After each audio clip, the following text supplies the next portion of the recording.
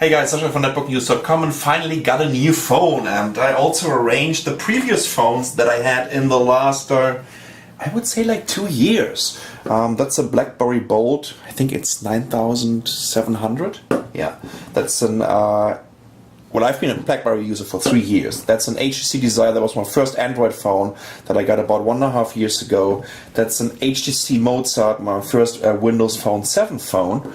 And that's my Samsung Galaxy S2, which is of course kind of protected in the sleeve over here, so it looks different if I'm getting it out of here. Here we go. And this is a Nokia Lumia 800 dummy, just to show off, to show the people over here in Taiwan I already have one. So this is a non-working sample, but it has the same weight and just gives us an idea about the size of the Nokia Lumia 800. But you know what?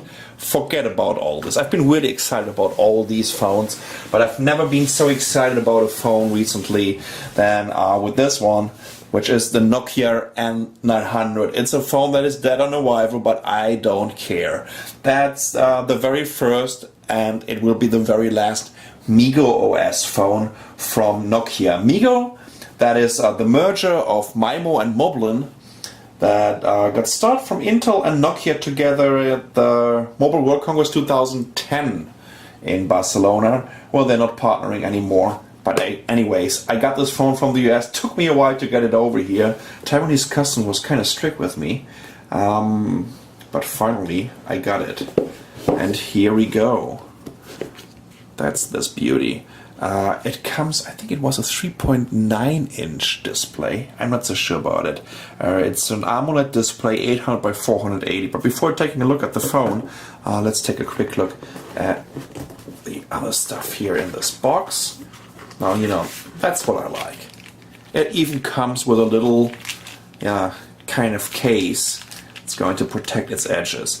You know, that's actually the very first time I've been unboxing a phone that comes with this extra sleeve or case. So good job, Nokia. That feels kind of expensive due to this. We have a bunch of a quick guide, warranty, safety, whatever. Well, you definitely need to read the safety instruction because of some sharp edges on this device. I'm going to show this to you some later.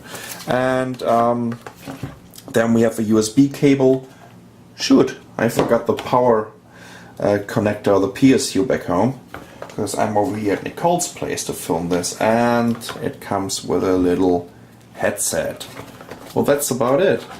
And it was, I think it was like $620, $600 US dollars. That's a 16 gigabyte version.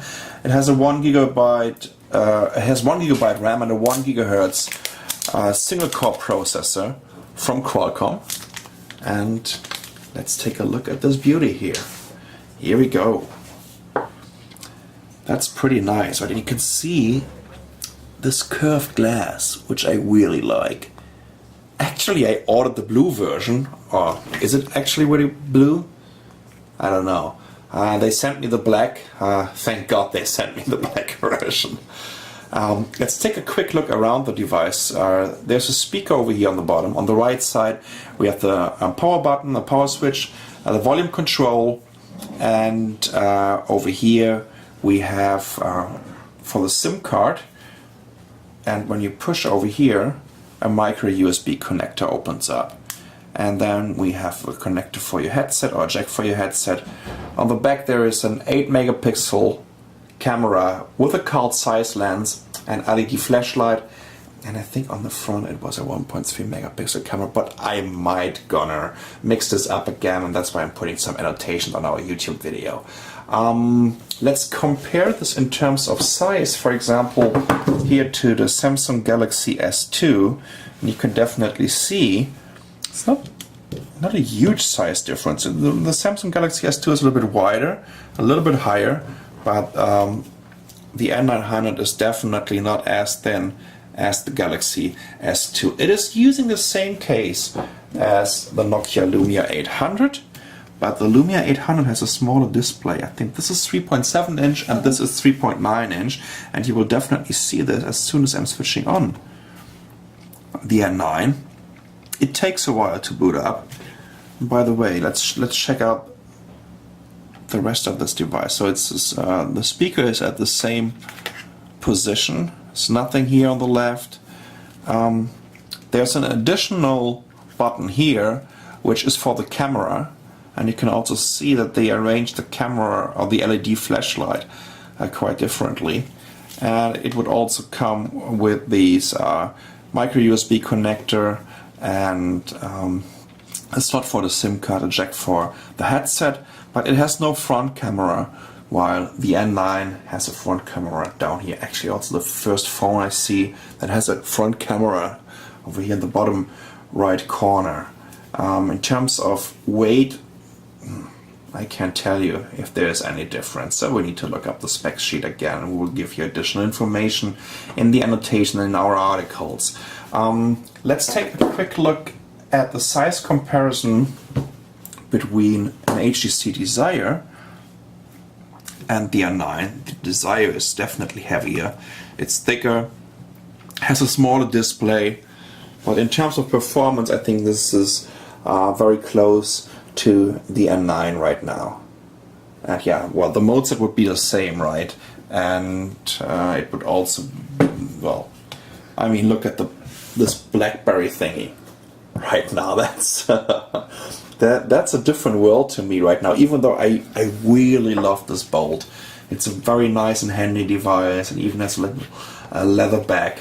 But anyways, it's all about the N9. Let's take a quick look before we're doing a little walkthrough. So I'm not connecting it to the internet right now, I'm just showing you the main screen. So this is your main screen where you have all your apps. It's very zippy, right? And you see how crystal clear this AMOLED display is.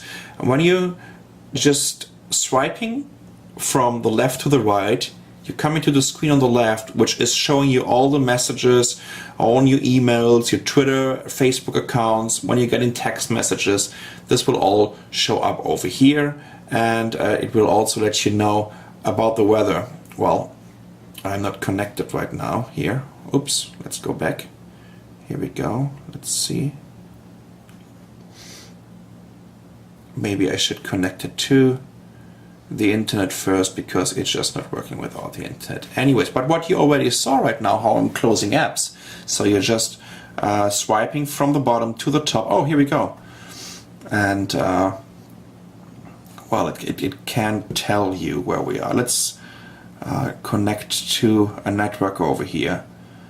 This will also help us to show you how you're typing in, how the keyboard looks like.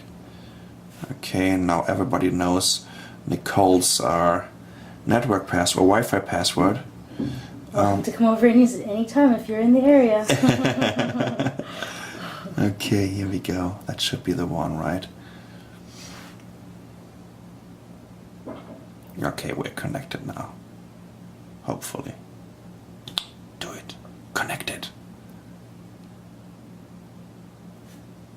I think we are connected. It also shows you that we have Bluetooth over here.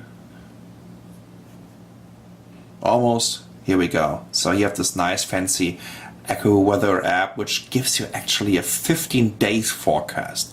That's quite a lot. So let's go back. So we have all kinds of different apps on here, even games and whatever, but we should do a detailed walkthrough of the Migo apps and the Migo ecosystem, because it's absolutely different, and I really like it. And over here you can see all the apps that you've already opened. Let's open a bunch of apps. Let's open, for example, Contacts. Oops, did I click it? By the way, this also shows you that you're online, so I'm connected to my Google Talk account, to my Facebook and whatnot. And let's open the calendar.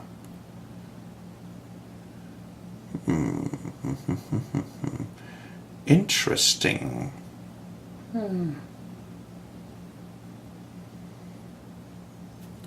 Okay, well, keep in mind I don't have a SIM card in there, so this might be caused by the fact that I don't have a SIM card, and actually is now, holy crap, Fetching from your Google. It's fetching from my Google account, and I have lots of contacts, I tell you that. So this is a problem right now. This is also fetching all the contacts from my Google Plus account and whatnot. So yeah, that's definitely a problem. I mean, look at this. Holy crap.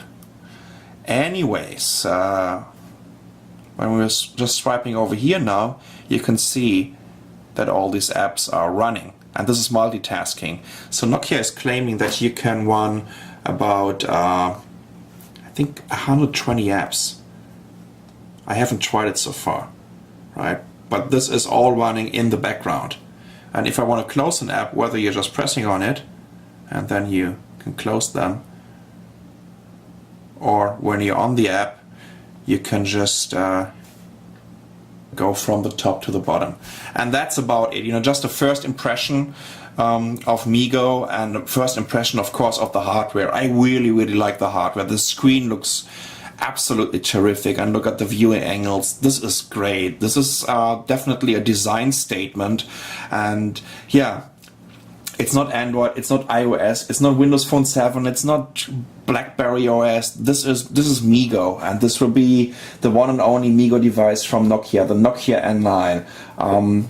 It is like, I don't know, it's like buying an Italian sports car from the 80s, right, that are constantly breaking down. Right? It's not perfect, but it's still beautiful. And I guess that's what the Nokia N9 is. So that's my first hands-on, my first little unboxing of the Nokia N9 MeeGo smartphone. I'm Sasha from netbooknews.com. Thanks for watching.